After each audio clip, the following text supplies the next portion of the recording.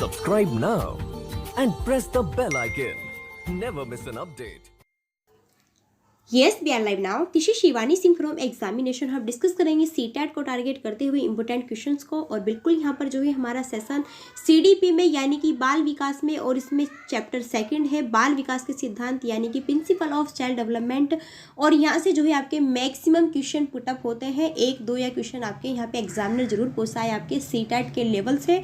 और ये CTET first paper मैं आपको करा रही हूँ, तो जो भी सीटेट फर्स्ट पेपर के स्टूडेंट्स हैं उन सभी के लिए ये काफ़ी इंपॉर्टेंट क्लासेस होने वाले हैं। और क्वेश्चन जो भी कराऊंगी बहुत ही उम्दा होंगे, और इसमें 4 ऑप्शंस दिए होंगे, 4 ऑप्शंस को अच्छे से डिस्कस करूंगी। ओके, और जहां पर भी कोई प्रॉब्लम्स होगी उसको भी अच्छे से रिकवर करेंगे। जो आपका सिंपल ही क्वेश्चन होगा उसको अच्छे से भी देख लेंगे जो आपसे आता है, अदरवाइज जो हार्ड होगा उसको अच्छे से मैं आपको सामने यहाँ पर अंडरस्टैंड कर दूंगी। चलिए फिर क्वेश्चन देखते हैं। देखो, क्वेश्चन कहता है कि मनोविज्ञान शिक्षा का आधारभूत विज्ञान है, यह किसने कहा है। तो देखो, इस टाइप के क्वेश्चन तो आपको या तो किसी चीज़ से लिंक करके याद करने होते हैं या फिर रट कर याद करने होते हैं, क्योंकि ये तो कहकर निकल जाते हैं, है ना। अब इसमें मैं आपको कुछ भी नहीं यहाँ पे समझा सकती कि इसमें आप ये थॉट्स लगाइए, ये हो जाएगा, वो हो जाएगा, पॉजिटिव चूज़ करिए फिर नेगेटिव चूज़ करिए, है ना। तो ये तो देखो क्या है, एक किसी के अकॉर्डिंग कही गई बातें हैं। तो बी एन झा है, स्किनर है, डेविड है, तो वुडवर्थ है। तो इसका करेक्ट आंसर होगा कि मनोविज्ञान शिक्षा का आधारभूत विज्ञान है, ये कहा है आपका किसने, स्किनर ने ये कहा है। सो बस ये तो आपको याद कर लेना है। आगे देखते हैं फिर, आधुनिक मनोविज्ञान का क्या अर्थ है। मन का अध्ययन, आत्मा का अध्ययन, या फिर शरीर का अध्ययन, या फिर व्यवहार का अध्ययन। सो ये बहुत इंपॉर्टेंट क्वेश्चन है, और ये जो है आपका यहाँ पर कहा है किसने। देखो, ये बातें जो है आपकी कही है वुडवर्थ ने, है ना। वुडवर्थ क्या कहते हैं कि इन्होंने सबसे पहले अपनी आत्मा का परित्याग किया। आत्मा का परित्याग हो चुका है, यानी कि ये तो नहीं होगा। फिर इन्होंने अपने मन का त्याग किया, ये भी नहीं होगा। फिर इन्होंने जो है अपने यहाँ पर भी है किसका, शरीर का या फिर चेतना का त्याग किया, सो ये भी नहीं हुआ। और फिर बाद में जो है एक प्रकार के ये व्यवहार को संजोए हुए हैं, है ना। तो अब यहाँ पर इसका करेक्ट आंसर क्या होगा कि जो आधुनिक मनोविज्ञान है इसका मीन्स होगा आपका व्यवहार का अध्ययन, बिहेवियर का अध्ययन। ओके, और ये बात कहते हैं आपके वुडवर्थ। तो ये क्वेश्चन देखो आपको अंडरस्टैंड करने वाली बातें हैं, और इस क्वेश्चन से यहाँ पे जो मैंने आपको बातें बताई है ना, देखो कितनी बातें आपके लर्न हो गई, है ना, कि आधुनिक मनोविज्ञान का अर्थ क्या है, व्यवहार का अध्ययन है ना। ये जो है ये थॉट्स किसने दिया है, वुडवर्थ ने दिया है, और मैंने आपको पूरी अच्छी से यहाँ पे एक्सप्लेन के अकॉर्डिंग बता दिया है। क्लियर। आगे देखते हैं फिर, शिक्षा मनोविज्ञान का संबंध किससे नहीं है। मानव व्यवहार का अध्ययन है, मानसिक प्रक्रियाओं का अध्ययन है, सीखने के तरीकों का अध्ययन है, या फिर संचार माध्यमों का अध्ययन है। सो जो हमारे यहाँ पर शिक्षा मनोविज्ञान है उसका रिलेशन किसके अकॉर्डिंग नहीं है।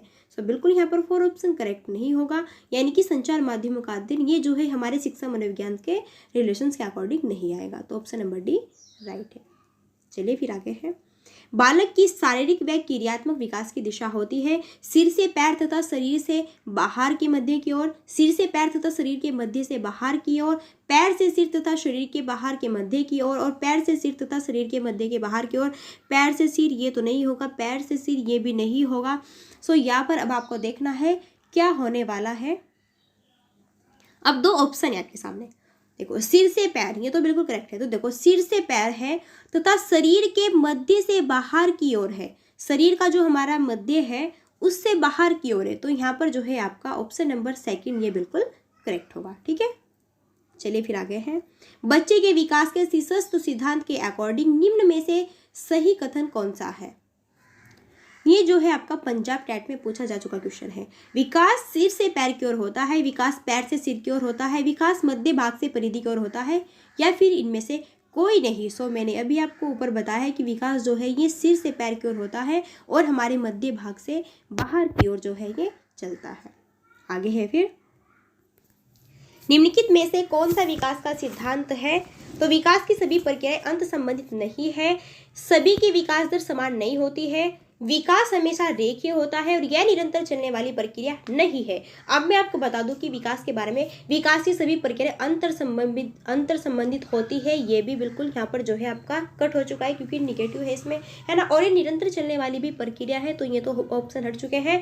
विकास हमेशा रेखीय नहीं वर्तुलाकार होता है, और सभी की विकास दर समान नहीं होती, ये बिल्कुल ऑप्शन करेक्ट है कि बिल्कुल देखो, जैसा कि हमें यहाँ पर हमारे पेरेंट्स से है ना। देखो हमारे पेरेंट्स है या फिर हम जो है यहाँ पर क्या है पूरी फैमिली है या फिर हम फ्रेंड्स लोग हैं, है ना, तो हमारी जो विकास की दर होगी भैया इक्वल नहीं होगी, भिन्न भिन्न रूप से होती है। तो ये ऑप्शन आपका राइट है। चलिए फिर, संकल्पनाओं की व्यवस्थित प्रस्तुति विकास के निम्नलिखित किन सिद्धांतों के साथ संबंधित हो सकती है। विकास के परिणाम स्वरूप वृद्धि होती है, विकास विषम जाति से स्वायत्त की ओर अग्रसर होता है, विद्यार्थी भिन्न दरों पर विकसित होते हैं, या फिर विकास सापेक्ष रूप से क्रमिक होता है। सो यहाँ पर करेक्ट आंसर आपका क्या होगा कि विकास जो है सापेक्ष रूप से क्रमिक होता है। ठीक है, चलिए फिर आगे है, निम्नलिखित में से कौन सा कथन करेक्ट है। शिक्षक के अकॉर्डिंग पर्सन पूछना संज्ञानात्मक विकास में बाधक है, विकास और सीखना समाज सांस्कृतिक संदर्भों से अप्रभावित रहते हैं, शिक्षार्थी एक निश्चित तरीके से सीखते हैं, या फिर खेलना संज्ञान और सामाजिक दक्षता के लिए सार्थक है।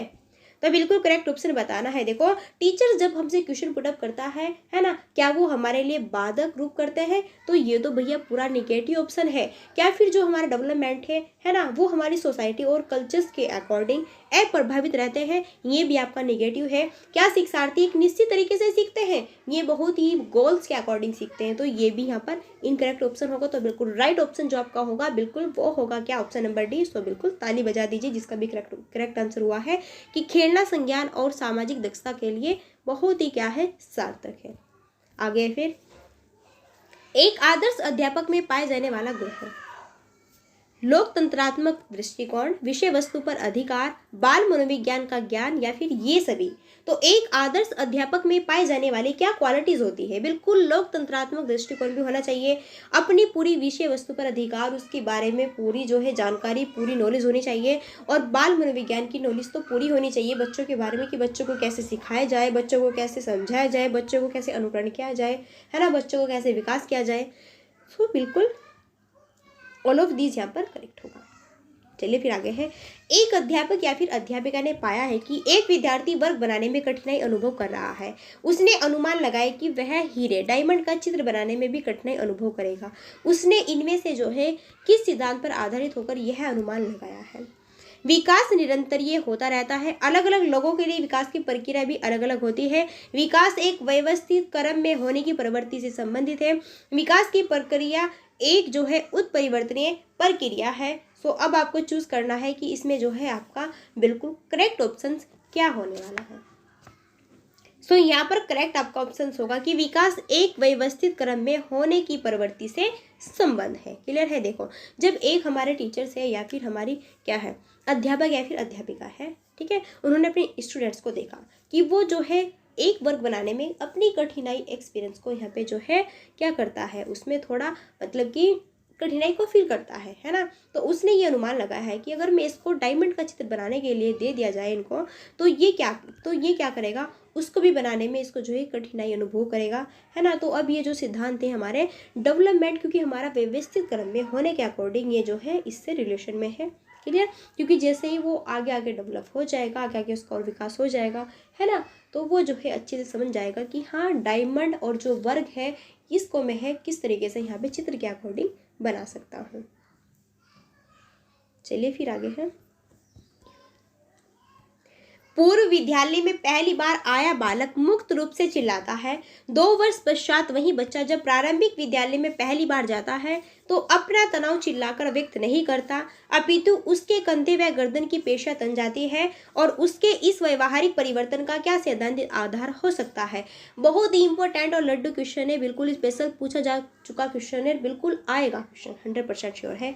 तो विकास क्रमिक प्रकार से होता है, विकास निरंतर ये होता रहता है, अलग अलग लोगों में विकास भी भिन्न भिन्न रूप से होता है, या फिर विभेद व एकीकरण विकास के लक्षण है। अब देखो सबसे पहले जो है वो बच्चा विद्यालय में आता है ना, और जब मुक्त होता है तो चिल्लाता है। फिर 2 वर्ष के बाद वही बच्चा प्रारंभिक विद्यालय में पहली बार जाता है और वो बच्चा तनाव चिल्लाकर व्यक्त नहीं करता, जबकि क्या करता है उसके कंधे और गर्दन की पेशा जो है तनी रहती है। तो ये क्या है, ये आपका विभेद व एकीकरण विकास के लक्षण है, एक रूपता है इसमें, ठीक है। आपका जो डेवलप हो रहा है यहाँ पर एक रूप से, यानी कि पहले आप उस स्टेज पर थे, अब आप इस स्टेज पर है। सो अब आपको यहाँ पर जो है पता है, चूंकि अब आपका डेवलप हो चुका है।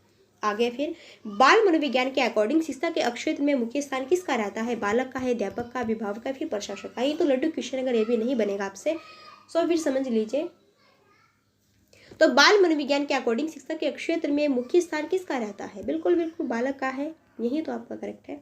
आगे फिर इनमें से कौन सा बाल विकास का एक सिद्धांत है? तो सीटेट फरवरी 2015 में पूछा जा चुका क्वेश्चन है। विकास परिपक्व तथा अनुभव के बीच अन्योन्य क्रिया की वजह से घटित होता है। विकास प्रत्येक बच्चे की गति का सही ढंग से अनुमान लगा सकता है। अनुभव विकास का एकमात्र निर्धारक है। विकास प्रबलन तथा दंड के द्वारा सुनिश्चित किया जाता है। अब यहाँ पर जो है आपका करेक्ट ऑप्शंस होने वाला है, यहाँ पर देखो क्या कि विकास जो है आपका यहाँ पर परिपक्व तथा अनुभव के बीच अन्योन्य क्रिया की वजह से घटित होता है। आगे फिर निम्नलिखित में से कौन सा बाल विकास का एक सिद्धांत नहीं है? जो निगेटिव है वो चूज करना है। विकास के सभी क्षेत्र महत्वपूर्ण है। सभी विकास परिपक्व तथा अनुभव की अंतर क्रिया के परिणाम होते हैं। बिल्कुल करेक्ट है। सभी विकास तथा अधिगम एक समान गति से आगे बढ़ते हैं। सभी विकास एक क्रम का पालन करते हैं। बताना है आपको कि यहाँ पर जो है आपका इनकरेक्ट ऑप्शन क्या होने वाला है। सो बिल्कुल देखो सभी विकास दर, ठीक है, अधिगम एक समान गति से आगे नहीं बढ़ते हैं भैया, अलग अलग होती है सभी की, ठीक है। चलिए फिर आगे है। देखो आपको जो है कथन दियो है, सूची फर्स्ट है, सूची सेकंड है, आपको मिलान करना है कैसे कैसे क्या होगा। समीप दूरभाभिमुख दिशा है या फिर सिर पदाभिमुख दिशा है या फिर अंतर्वैयक्तिक भिन्नता है या फिर अंतर्वैयक्तिक भिन्नता है, तो यहाँ पर देखना है। देखो सबसे पहले तो आपको चूज कर लेना है कि यहाँ पर करेक्ट ऑप्शन क्या होगा। देखो ये होगा कि आपका option number D, 4 second first third, 4 second first third. ये जाएगा किस पर? 4, ये जाएगा सेकंड, ये थर्ड, ये फर्स्ट, ठीक है। तो जो समीप दूरभाभिमुख दिशा है ये शरीर के केंद्र से बाहर की ओर है, तो ऐसे ऐसे आप इसको देख सकते हैं एक बार, ठीक है। चलिए फिर आगे देखते हैं। इनमें से कौन सा विकास का एक सिद्धांत नहीं है? विकास संशोधन योग्य होता है। विकास केवल संस्कृति से शासित और निर्धारित होता है। विकास जीवन परिवर्तन होता है। विकास वंशानुक्रम और पर्यावरण दोनों को प्रभावित करता है। तो बिल्कुल यहाँ पर निगेटिव पूछा है तो ऑप्शन नंबर डी, क्योंकि ये सिर्फ ओनली केवल हमारे कल्चर से ही प्रभावित नहीं होता, जबकि हमारी सोसाइटी, हमारे कल्चर्स, हमारा बिहेवियर, हमारी ऑल सारे यहाँ पे जो भी हम वातावरण इन्वायरमेंट कह सकते हैं उन सभी पर जो है ये, और हमारे वंशानुक्रम, इन सब में ही जो है बहुत ही ज़्यादा इफेक्टिविटी होता है। आगे फिर निम्नलिखित में से कौन सा वृद्धि और विकास के सिद्धांतों से संबंधित नहीं है? जो निगेटिव चूज करना है आपको। निरंतरता का सिद्धांत, वर्गीकरण या फिर समन्वय या फिर व्यक्तिकता का सिद्धांत। तो 37 का यहाँ पर करेक्ट ऑप्शन क्या होगा? ये होगा वर्गीकरण का सिद्धांत। देखो ये वृद्धि और विकास के सिद्धांतों से संबंधित नहीं है, जबकि निरंतरता, समन्वय या फिर व्यक्तिकता ये तीनों आपके इसमें आते हैं, लेकिन जो ये वर्गीकरण का सिद्धांत है ये आपका इसके अकॉर्डिंग नहीं आता है।